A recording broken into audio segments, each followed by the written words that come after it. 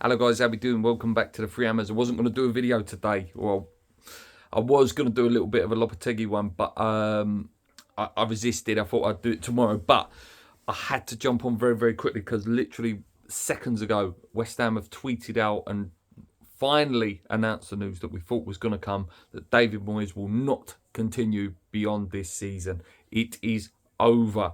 The Moyes journey, the Moyes window is done. They've obviously said thank you to him for the trophy and stabilising the club, and and just basically wished him well as they do, and asking for a farewell on Sunday or Saturday, whenever the game is, the Luton game. I'm glad it's finally over. This should have happened a few games ago. It would have relaxed the fan base. It would have relaxed the players. It would have given some certainty.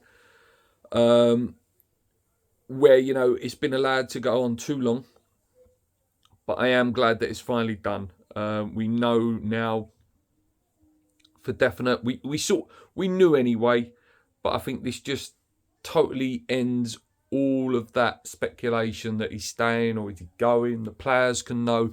The players probably knew anyway, but it's done now. It's done. The David Moyes era is over. So we can now sit here and, thank him. Thank you for the trophy. Thank you for what you've, for the European football. Thank you for stabilising. Thank you for saving us a couple of times. This is not going to be some David Moyes loving that TalkSport would want you to have. We do have to sit there and look at what the squad is, what squad he's left.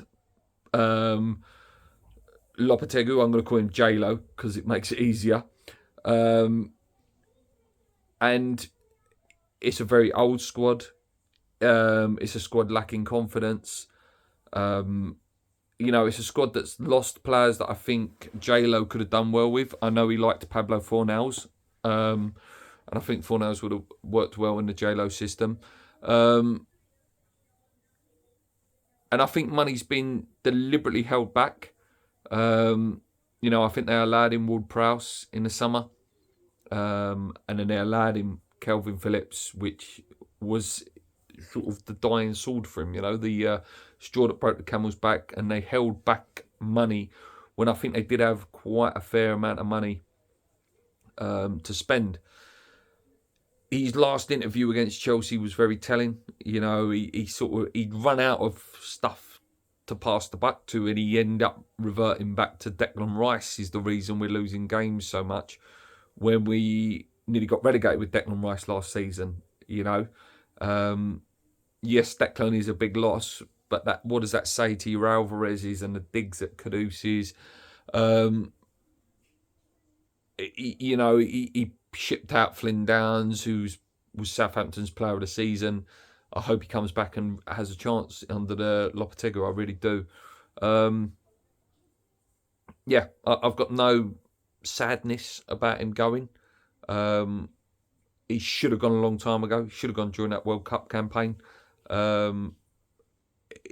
His decisions to go with a smaller squad, the first European campaign, not taking on players that apparently were offered to him. And then this January, not sealing the Ibrahim Osman, turning down certain players that Steiden and Noble were offering him. I've got nothing. He's made his bed, he laid in it, and it didn't come off, and it's just not worked. Like I say, by all accounts, it looks like it's going to be J-Lo, who's the manager. More or less all agreed from Fabrizio Romano. No bookies are offering any odds anymore. Amaron has come out saying he's going to stay. So I think this is done. I think the fact that they've announced it today and all the stuff leaked about Lopetegui, I think that the club have done it because it was starting to build a little bit of bad press about how he was treating him and how he was sort of talking to other managers without sort of saying that David Moyes was going. I'm just glad it's over. I'm so glad it's over now. Am I totally happy with J-Lo? No. I think there were potential other managers out there. The Stuttgart manager, Hansi Flick as well, you had as well. So I think there were more exciting and young, mouldable managers. I like that J-Lo's been called head coach, and that was one of my things I said. If he does come in, I want it to be that, and that Steiden and Noble are allowed to do their thing. We'll wait and see. There's still a lot to play out here. I still think it's cheap option. I still think we're never going to be anywhere as a club under Sullivan. I think he's the main problem, and he has been for a long, long time. When you have TalkSport and all the other media pundits saying, what else do you want? It's a disgrace. Where do you think West Ham could be? And then they list off names like Aston Villa, Tottenham, Newcastle, etc. Newcastle got a lot of money in that, but it only takes, like what Villa have done, because Villa haven't spent a lot of money really. That they bought a few good players in, but they bought in a really good manager and the project's work, and now they probably will go and spend a lot of money. That can happen at West Ham. I'm not saying it will, but it could.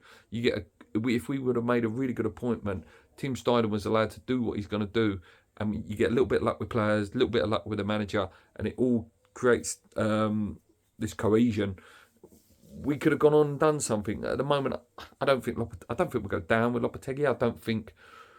I think we'll have good games and we'll have bad games. I think it'd be pretty sort of mediocre average. He is a good manager. He is. It's just uninspiring from a couple of names we've been linked with. He's got a fantastic win record. He has won some trophies. His style of football is a more possession-based defensive style, with the, hold the ball as long as you can, and that way you don't see goals. He doesn't score a lot of goals. But yeah, until it's officially confirmed, I won't do a proper video on Julian Lopetegui. But yeah, that's it, guys. The news has broken. David Moyes, it's done. It's over. Thank goodness. Come on, you irons. Keep believing. Let's go.